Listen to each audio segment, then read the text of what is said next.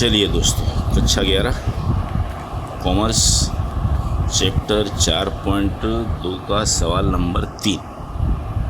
अब यहाँ जो सवाल दिया है वो दिया अपने को सतत निवारक आवृत्ति वितरण का।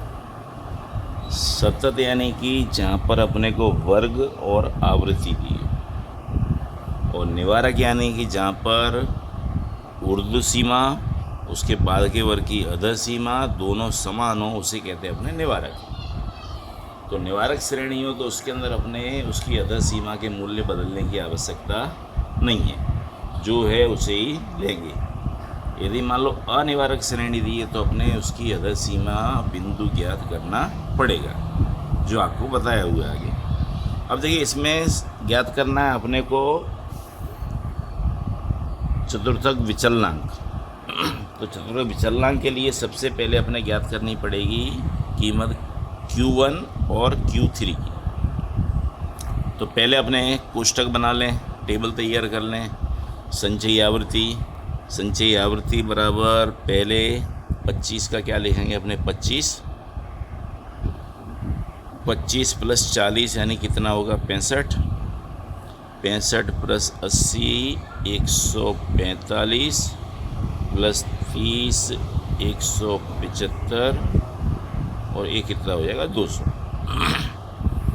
अब अपने पहले निकालेंगे Q1 का वर्ग। अब देखो, जब अपने को सतत श्रेणी दी हो तो वहाँ पर अपने दो सूत्र लगाने पड़ेंगे, पहले छोटा सूत्र उसके बाद में बड़ा सूत्र। पहले Q1 का वर्ग प्रथम चतुर्थक के लिए क्या होता है सूत्र, छोटा n/4 वहाँ अवलोकन। तो n कितना है अपना, आवृत्ति का योग 200 भागे 4 यानी कितना 50। 50 अवलोकन में समाविष्ट वर्ग।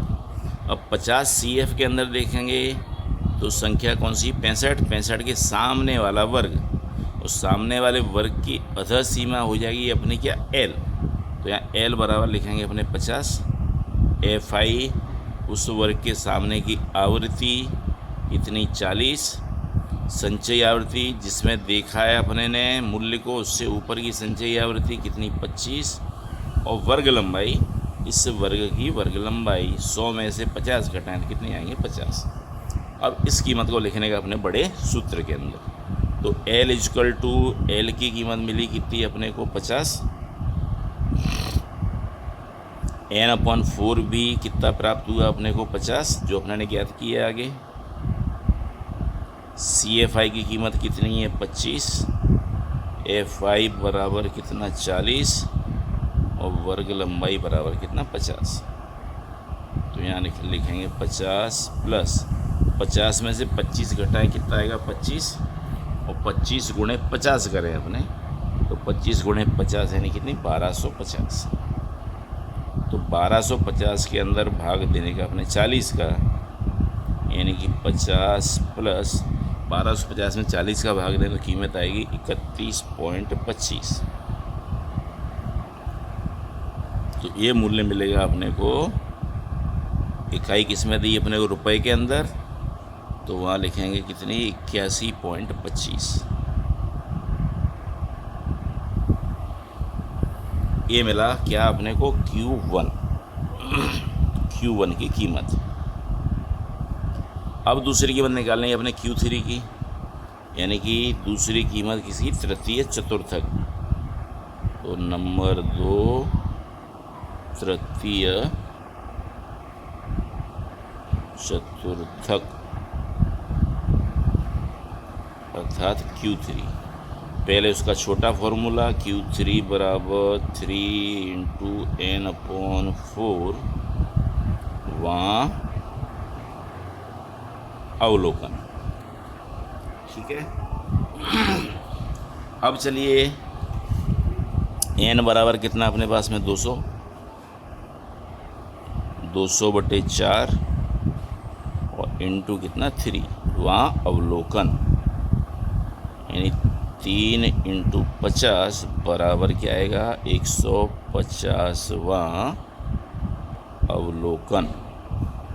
अब 150 देखेंगे अपने CF के अंदर, तो CF में किस में आएगा 175 में, 175 के सामने का वर्ग वर्ग की अधर सीमा कितनी है 150, तो यहाँ लिखेंगे अपने L बराबर 150, एफ आई बराबर कितना 30, सी एफ आई बराबर कितना 145 और सी बराबर कितना 50।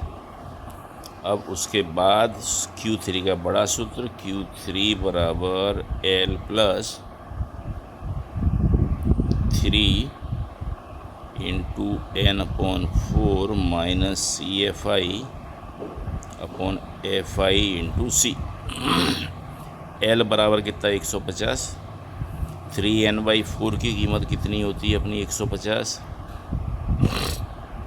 सी एफ आई 145, एफ आई बराबर कितना मिला अपने को 30 और वर्ग लंबाई कितनी 50, यानी 150 प्लस 145 में 150 में 145 घटाओ कितने आएंगे 5, और 5 गुणे 50 करेंगे कितना होगा 250।